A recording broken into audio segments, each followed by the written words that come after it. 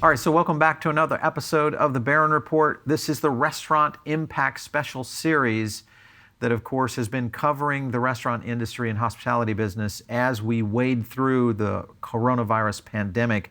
One of the things that we are going to get a chance, I think, to look at as we get through this whole scenario, once we're past the closures, past kind of the statement of shock, and then obviously the virus itself, is what happens not only for leadership now, but also as we look to the future. So I've got an expert on leadership with me, Mr. Rudy Miick, the president and founder at Miick Companies. Great to have you, Rudy. Thanks, Paul. It's good to be here, and whatever support I can be to this conversation. Yeah, for sure. You know, when we look at leadership, we're always talking about leadership in times that are good. You know, we've been through a decade of what has been somewhat positive growth and positive sales. Unit counts have been on the rise. The restaurant industry has been in literally a Cinderella stage of expansion for the last decade. Obviously, we kind of knew that the markets would eventually come calling. We didn't necessarily think it would come calling due to a pandemic. So this has kind of moved a lot of companies into acceleration mode. Yeah. So everything that you had in your plan for dealing with a potential recession just got thrown out the window last week. And now you're in a contingency plan that is accelerating every aspect of your business from a leadership role. The first thing obviously has been communication, but in your opinion, what do you feel leaders are needing to do as we speak today? Here we are on the kind of the second real week of actions by our federal government. Where do you think leaders are kind of assessing the situation as we stand now? Two things come up to me, Paul. One is that I, as a leader, as a founder, as an officer, as a manager who is just by default in a leadership role, I've got to look out for the intellectual brand. What is the brand experience, number one?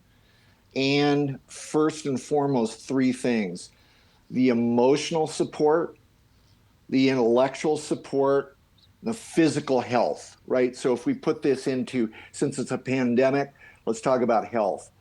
The physical health of the company, the fiscal health of the company, and the emotional health of the company.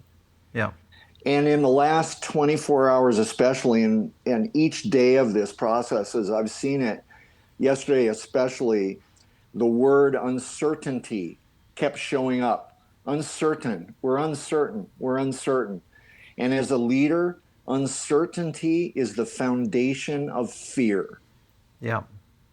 And so as a leader with that emotional health, physical health, fiscal health, how do I support my team, no matter what department they're in or how many employees I've got? How do I support them to have some modicum of assurance that we'll get through this, right? We are here. Yeah. I've heard, you know, we've talked to quite a few operators here in the last few weeks of their current situation, kind of where they are standing today. And one thing that seems to be coming back quite a bit is that they're trying to keep their brand intact. And obviously, it kind of resonates with one of those things, kind of what you do in life lives in eternity. So it's kind of one of those things. Right now, we're being judged on how we're moving the business forward, because at some point down the road, that business hopefully is still around and can generate jobs, which is going to essentially be in a recession. Right. No doubt. When you look at leading in to a recession that we are bound for, what are some of the key things that our leader is trying to do in terms of, say, you know, surrounding themselves with the right team, kind of getting that preparation mode in place to deal with, you know, kind of the after effects of this? Because the virus eventually is going to subside, but the economic impact is really the one that we're talking about here on this show. What are your thoughts about kind of that team infrastructure right now for leaders today? Well, I would say first and foremost that culture equals the brand. So from a marketing perspective, certainly, but I'm talking about more so the breathing life of the community within the restaurant, right? The community of staff, the community of leadership team, the community that of neighborhood, et cetera, that you're talking Hmm. about.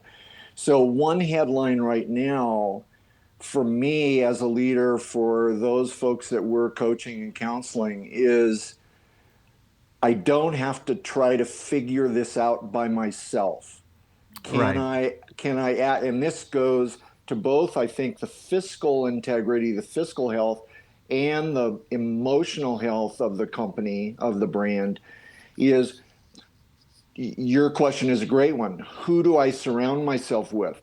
Yeah. Can I put together what we call a mission team for community, a mission team for fiscal health, a mission team for cross training, right? So that if there is an opportunity to generate any business whatsoever, that we're not just cloistering ourselves with our executive team, but maybe there's even a cross-functional team of servers, of cooks, of delivery people, whatever it might be, that are included to brainstorm and actually be involved in an idea of, well, how do we reach our community of team and our community of customers?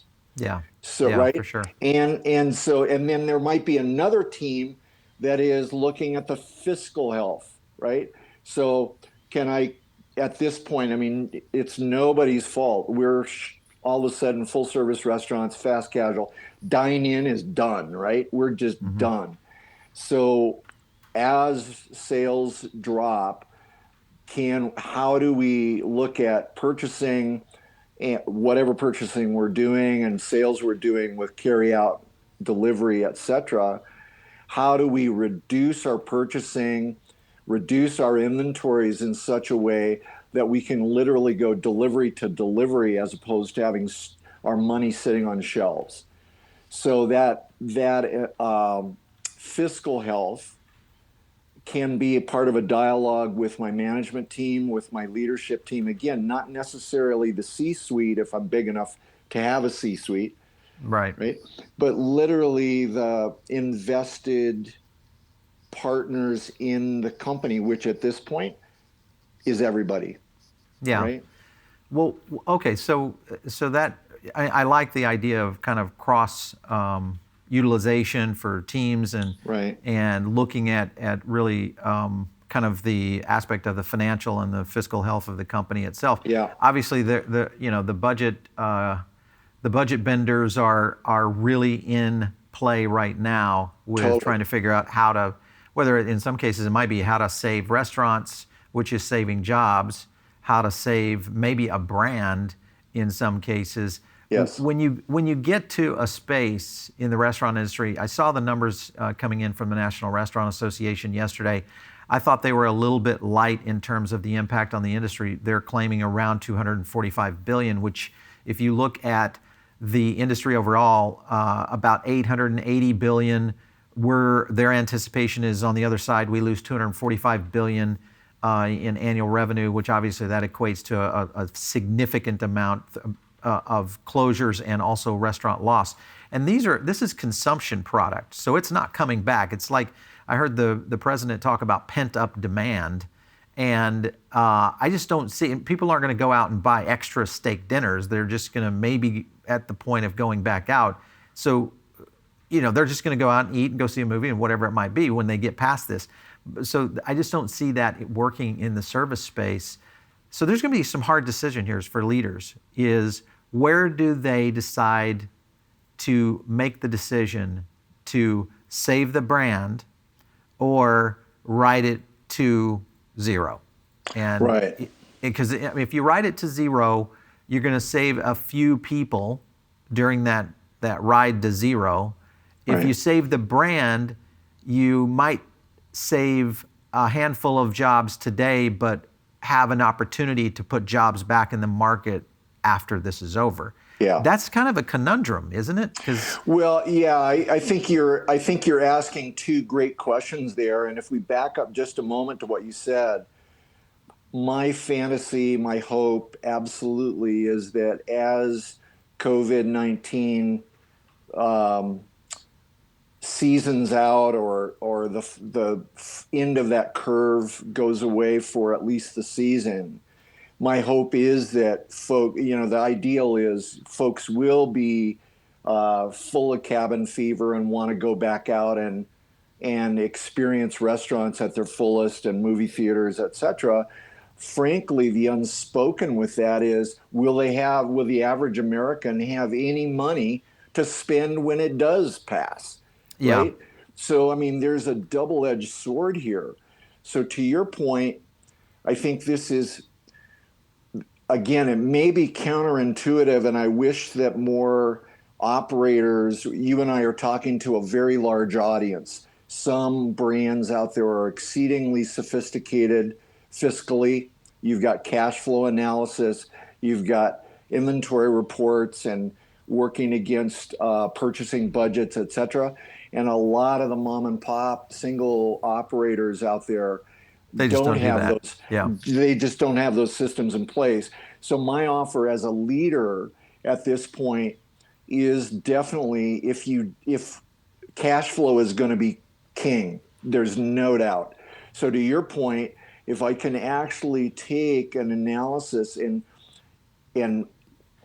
we can talk about emotional health here in just a moment, but if I can calm down and get centered enough as a leader to actually have my bookkeeping, or I go through, somebody in the company to go through and build out a cash flow analysis out a quarter, out maybe longer, but certainly a quarter is valid, and look at, well, where are these spikes, especially with the drop in sales. So own the drop in sales. Well, I think though, Rudy, that's the point, is that the reality of our new normal is that we don't really know what this is going to look like.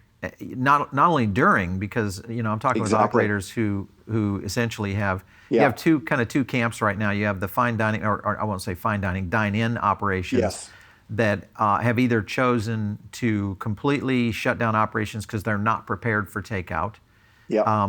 So they just say, hey, we got to put a pause on it. We can't move that quickly to deal with Right. something like this.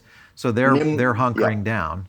And Yeah, then you have the operators like fast casual. nimble is going to be the key of this whole thing, Oh right? yeah, yeah. Absolutely. Well, yeah, and then you've got fast casual, which is kind of a sector that is almost primed for takeout and delivery. They just had not really seen the growth numbers to be able to accelerate them, which I've been talking about for a couple of years, is that this Yeah, is you coming. have. It's just a matter of time. We are going to see 30 to 40% takeout and delivery, and your restaurant business overall is going to change. Your footprints, your staffing, Yeah. your models, your marketing, all of that, technology stack, you name it.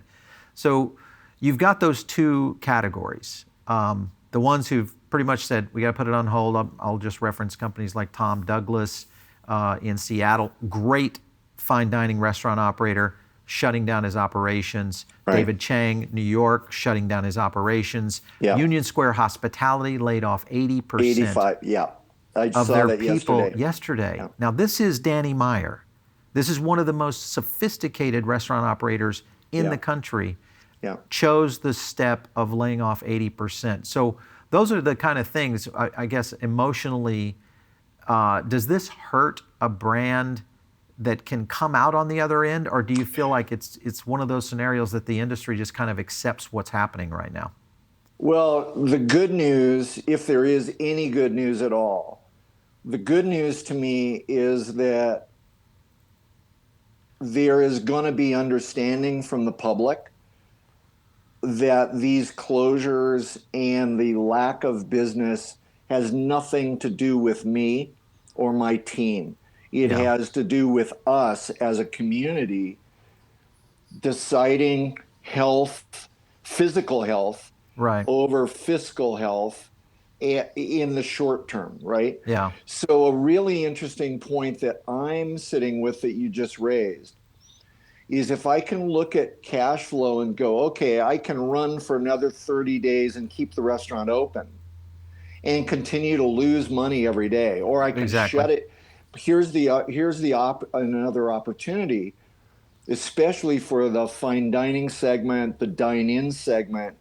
If they can't figure out a way to do carry out, it may be smarter to put out a statement that says, here's where we're headed. We're going to Right. shut the doors, and here's the give back.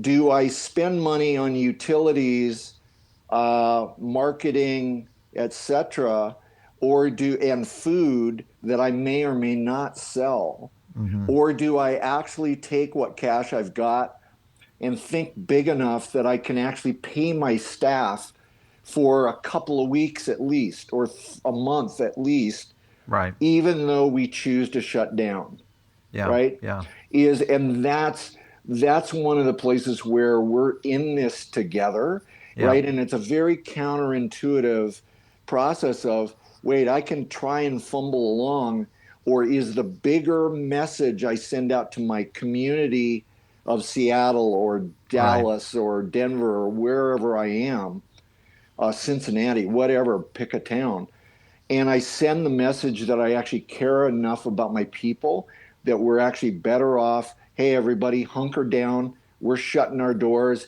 And what I am going to do is I am going to pay my team for the next week or the next 2 weeks or whatever I've got the money for, to be able to. I mean, that's a very counterintuitive leadership decision. Yeah.